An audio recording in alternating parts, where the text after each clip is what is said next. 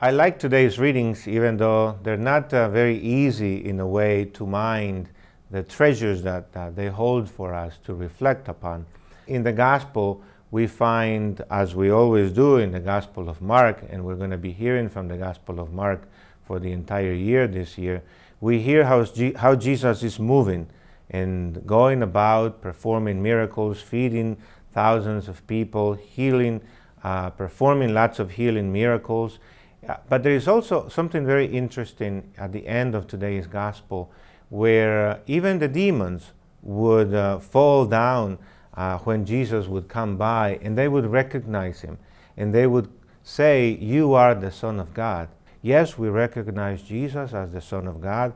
We recognize Jesus as the High Priest, and we hope that he always is interceding for us and protecting us and guiding us to the Father. So for us, maybe a question to ask every day of our lives is to always be questioning and asking, what is God's will for my life?